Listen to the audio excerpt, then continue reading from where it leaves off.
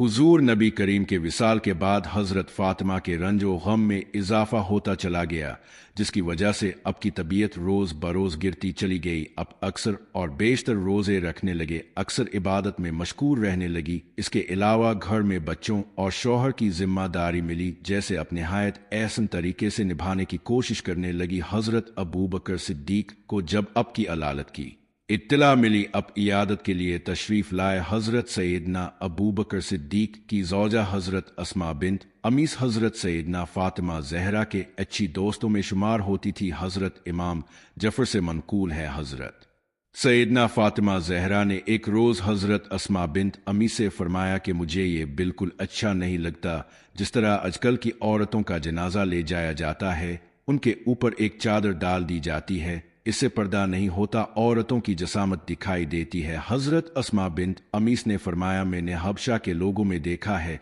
जब औरत का जनाजा उठाया जाता है तो इस पर ताज़ा खजूरों की शाखें मंगवा कर चारपाई पर कमान की मानंद बांध कर कपड़ा डाल देते हैं, जिससे जनाजे की पहचान हो जाती है कि ये औरत का जनाजा है और पर्दा भी बरकरार रहता है। हजरत फातिमा जहरा ने फरमाया, जब मेरा विसाल हो जाए तो मेरा जनाजा भी इसी तरह उठाना, और तुम्हारे और मेरे शौहर हजरत अली के सवा कोई मुझे हुस्न ना दे। रवायात में आता है कि हजरत सैयदना अली अल मुर्तज़ा हजरत फातिमा जहरा के विसाल के रोज जब घर तशरीफ लाए तो हजरत फातिमा जहरा ने बीमारी और कमजोरी के बावजूद अता गूंदा अपने हाथ से रोटियां पकाई। फिर हजरत अली अल मुर्तज़ा और अपने बच्चों के कपड़े धोए। हजरत अली ने फरमाया, फातिमा मैंने तुम्हें दो काम इकट्ठे नहीं करते देखा, आज तुम काम इकट्ठे कर रही हो। हजरत फातिमा ने फरमाया कि मैंने रात को ख्वाब मैं अपने वालिद हुजूर नबी करीम को देखा, अब मेरे मुंतजिर थे। मैंने अर्ज किया, मेरे बाबा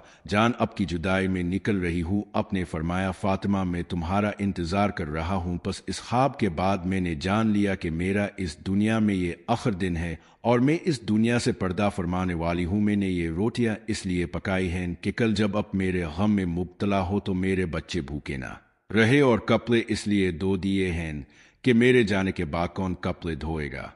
हजरत अली अल मुर्तज़ा ने जब हजरत फातिमा की बातें सुनी हैं तो अब की आंखों से आंखों जारी हो गए। हुजूर नबी करीम की जुदाई और अब हुजूर नबी करीम की लाडली साहिबजादी और खातून जन्नत की जुदाई अब के लिए एक कारी जख्म से कम ना थी। हजरत फातिमा जहरा ने जब अब की कैफियत देखी तो फरमाया, अब गम ना करे और जैसे अपने पहले सब्र किया अब भी सब्र कीजिए, बेशक अल्लाह सब्र करने वालों के साथ है। हजरत फातिमा जहरा के विसाल से कबल हजरत अस्मा बिन्त अमीस तशरीफ लाई तो अपने उनसे फरमाया कि मेरे बच्चों को खाना खुला दे। हजरत अस्मा बिन्त अमीस ने जब उन्हें खाना खुलाने के लिए जमा किया तो उन्होंने खाना खाने से इनकार कर दिया और कहा कि हम अपनी वालिदा के बगैर खाना नहीं खाएंगे।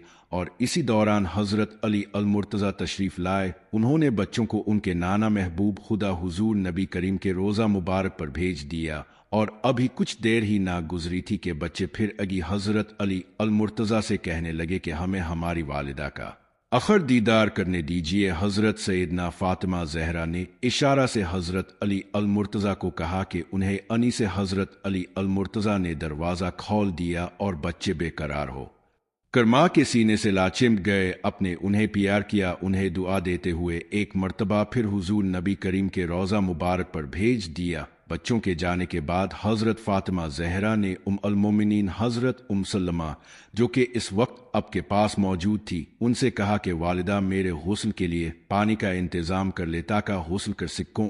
अल मोमिनीन सलमा ने पानी का इंतजाम किया, अपने हुस्न किया। हुस्न करने के बाद अपने साफ सुथरे कपड़े पहने और किबला रू होकर लेट गई। किबला रू लेटने के बाद अपने हजरत अस्मा बिन्त उम्मिया से फरमाया कि हुजूर नबी करीम के विसाल के वक्त हजरत जिब्राइल अलैहि अस्सलाम जिस्म अतहर को हनूद करने के लिए काफूर बिहिश्ती लाए थे, जिसके नबी करीम ने 3 हिस्से किए थे। उनमें 2 हिस्से मुझे इनायत हुए, मेरे और अबू अल हसन रजी अल्लाह ताला अन्हु के लिए थे।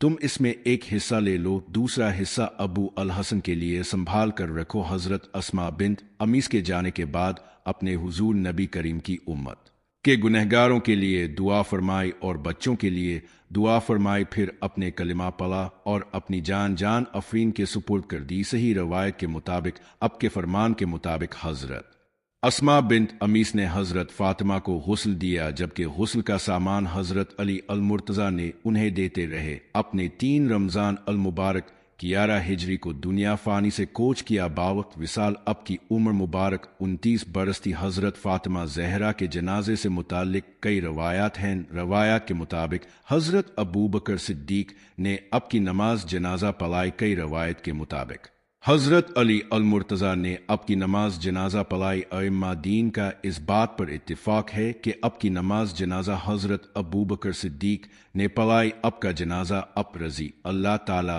عنہ کے فرمان کے مطابق اٹھایا گیا اور جنت البقیع میں مدفن کیا گیا، جہاں اب رضی اللہ تعالی عنہ کا مزار موجود ہے۔ حضرت فاطمہ زہرا کے وصال کے بعد اب کے بچے، جو کہ ابھی کم سن تھے، وہ بے حد افسردہ تھے، اب کو یاد کر کے رویا کرتے تھے۔ حضرت سیدنا علی المرتضیٰ بھی بچوں کو دلاسا دیتے ہیں۔ خوب روپاوتے روایات میں حضرت علی المرتضیٰ کے اشعار کا بھی ذکر ہے جو انہوں نے حضرت فاطمہ زہرا کے وصال پر کہے: مجھ سے وہ پیارا جدا ہوا جس کے بعد اب کوئی محبوب مجھے نظر نہیں آتا، میرے دل میں اس کے سوا کسی کا حصہ نہیں ہے۔ میں دنیا کے بے شمار امراض دیکھتا ہوں اور مریض، بلکہ موت بھی بیمار ہے۔ میرا اجتماع میں افراد ضروری ہے اور ہر وصل سوائے فراق کے کم ہیں۔ سیدہ فاطمہ کی جدائی حضور نبی کریم کی جدائی کے بعد ظاہر کرتی ہے کہ کسی کا محبوب ہمیشہ ان کے پاس نہیں رہتا۔